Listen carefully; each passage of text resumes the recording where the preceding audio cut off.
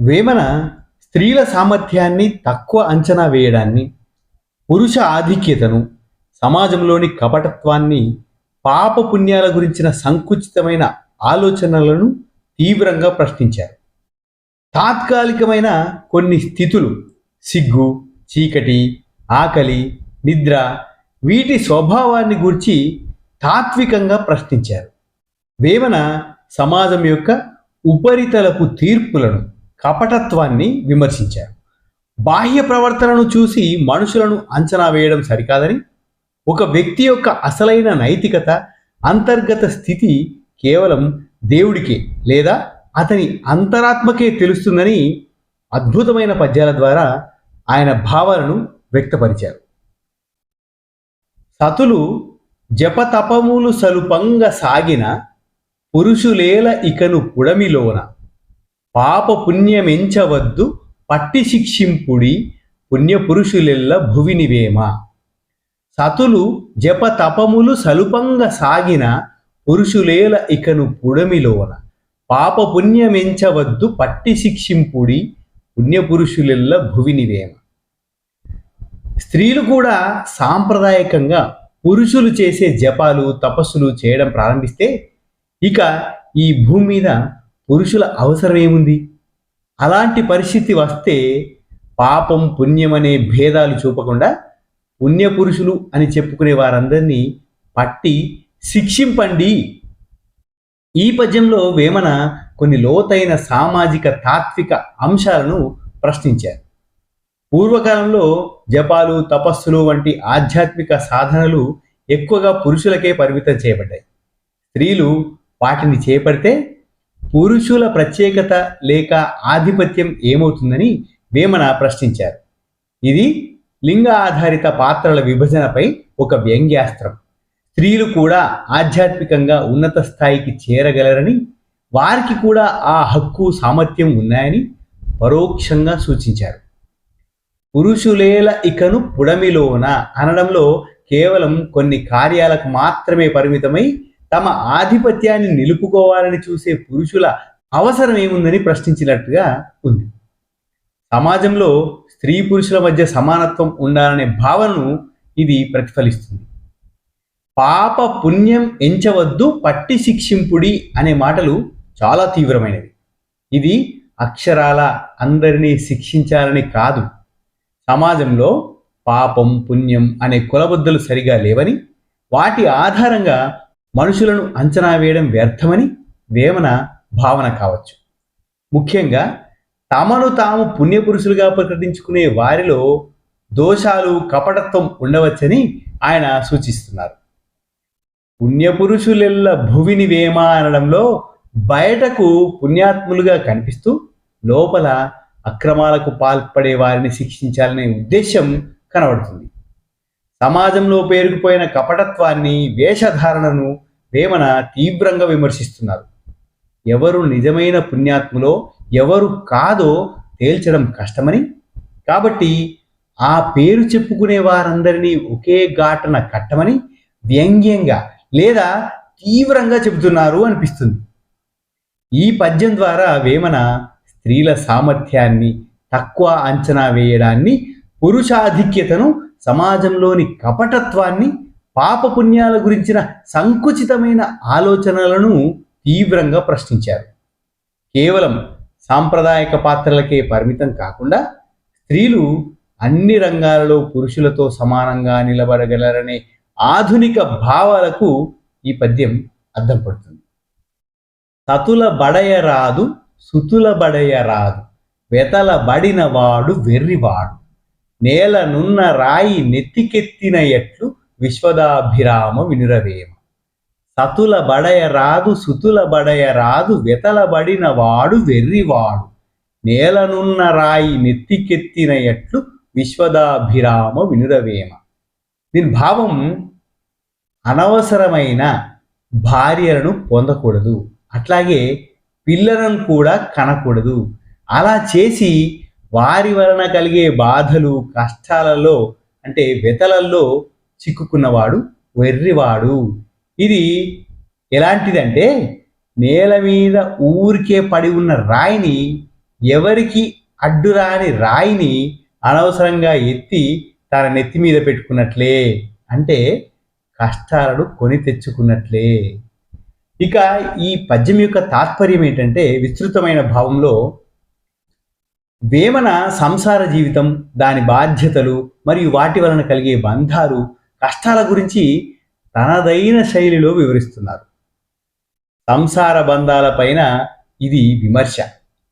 సతుల బడయరాదు సుతుల బడయరాదు అనడంలో వేమన సంసార జీవితాన్ని అంటే భార్య పిల్లలతో కూడిన బాధ్యతలను నేరుగా వ్యతిరేకిస్తున్నట్లు కనిపిస్తుంది. ఆయన దృష్టిలో ఈ బంధాలు మనిషిని స్వేచ్ఛగా ఉండనీయకుండా అనేక బాధలకు వ్యతలకు గురి చేస్తాయి. నేల మీద ఉన్న రాయిని నెత్తికెత్తుకోవడం అనే పోలిక చాలా శక్తివంతమైనది. రాయి నేల మీద ఉంటే ఎవ్వరికీ ఏ నష్టము లేదు, ఏ భారము లేదు. కానీ దాన్ని మనమే స్వయంగా ఎత్తి నెత్తిన పెట్టుకుంటే అది అనవసరమైన భారం, శ్రమ, నొప్పిని కలిగిస్తుంది. అలాగే సంసార బాధ్యతలను కూడా మనిషి తనంతట తానే స్వీకరించి జీవితాంతం వాటి వలన కలిగే కష్టాలను, బరువును మోస్తున్నాడని వేమన ఉద్దేశం. ఈ పద్యం లౌకిక జీవితంపై విరక్తిని, వైరాగ్యాన్ని సూచిస్తుంది. భార్య పిల్లలు, సంసార బంధాలు మోక్షానికి లేదా జ్ఞాన మార్గానికి అడ్డంకి అని భావించే తాత్విక ధోరణి ఇందులో కనిపిస్తుంది. ఈ బంధాలలో చిక్కుకుంటే బాధలు తప్పవని, వాటికి దూరంగా ఉండడమే వివేకమని వేమన హెచ్చరిస్తున్నారు. వేమన పద్యాలు కొన్నిసార్లు ఆయన వ్యక్తిగత అనుభవాల సారం కావచ్చు, లేదా ఒక విషయాన్ని బలంగా చెప్పడానికి ఉపయోగించే అతిశయోక్తి కావచ్చు. సంసారంలోని ప్రతికూల కోణాన్ని అంటే బాధ్యతలు, ఆందోళనలు, దుఃఖాలను మాత్రమే ఎత్తి చూపుతూ వాటి పట్ల విరక్తిని కలిగించే ప్రయత్నం ఇది కావచ్చు.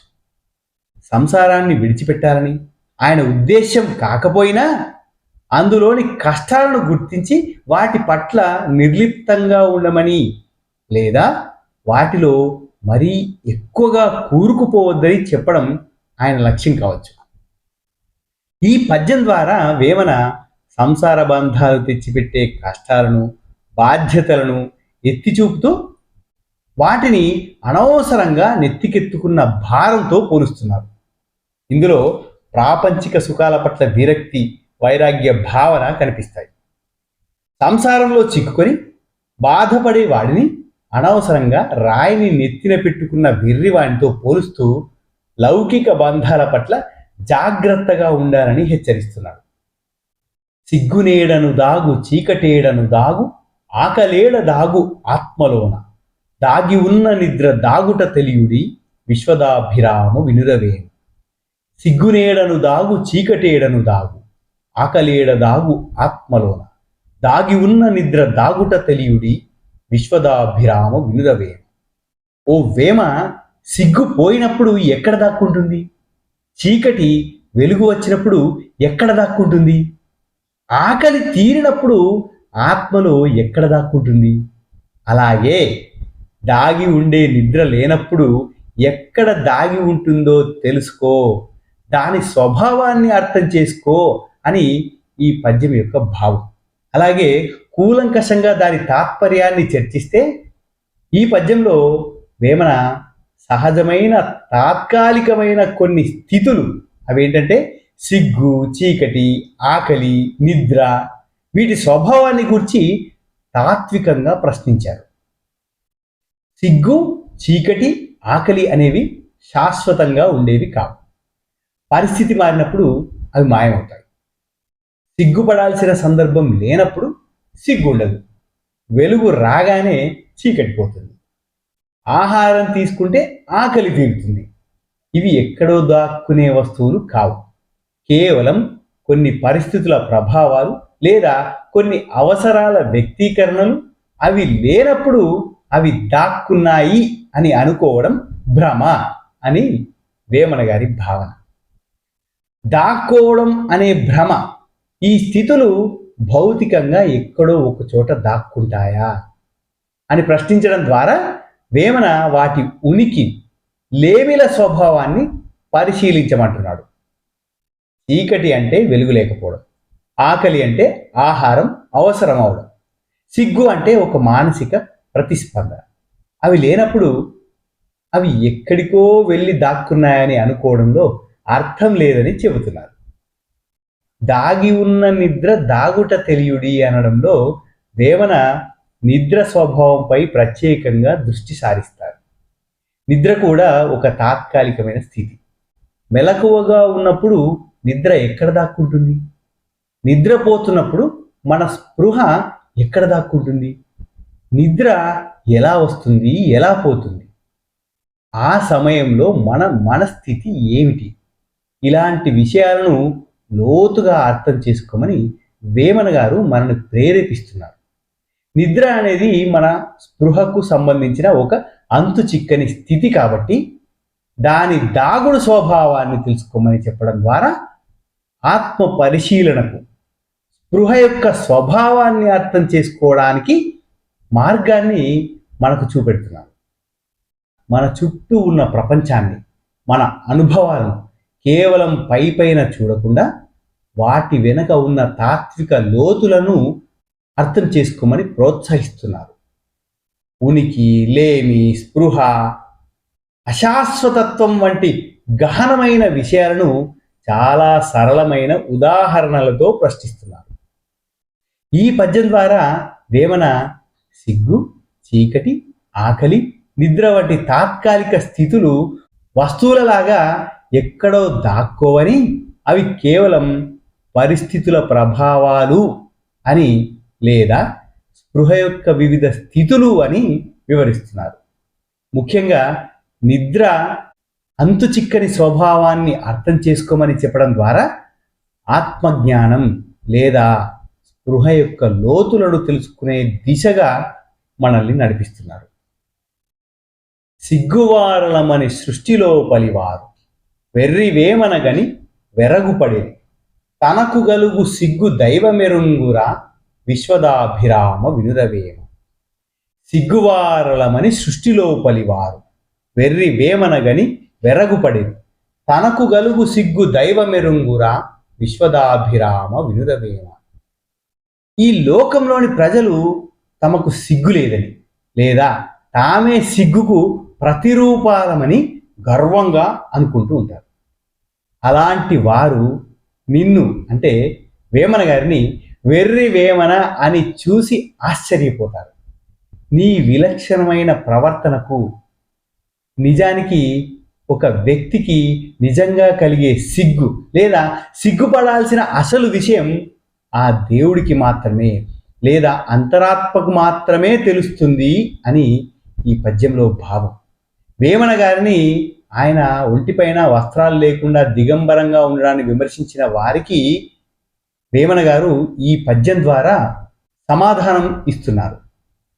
ఈ పద్యం కూలంకషంగా మనం చర్చిస్తే తాత్పర్యం ఏంటంటే, సమాజం యొక్క బాహ్య తీర్పులను, అంతర్గత నైతికతను మరియు తనదైన జీవన విధానాన్ని సమర్థించుకుంటూ కొన్ని ముఖ్యమైన విషయాలను చెబుతారు.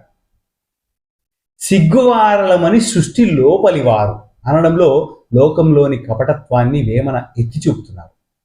బయటకు ఎంతో నీతిమంతులుగా, సిగ్గు బిడియం కలవారిగా నటిస్తూ ఇతరులను, ముఖ్యంగా భిన్నంగా ఉండేవారిని తేలికగా అంచనా వేస్తారని ఆయన భావం.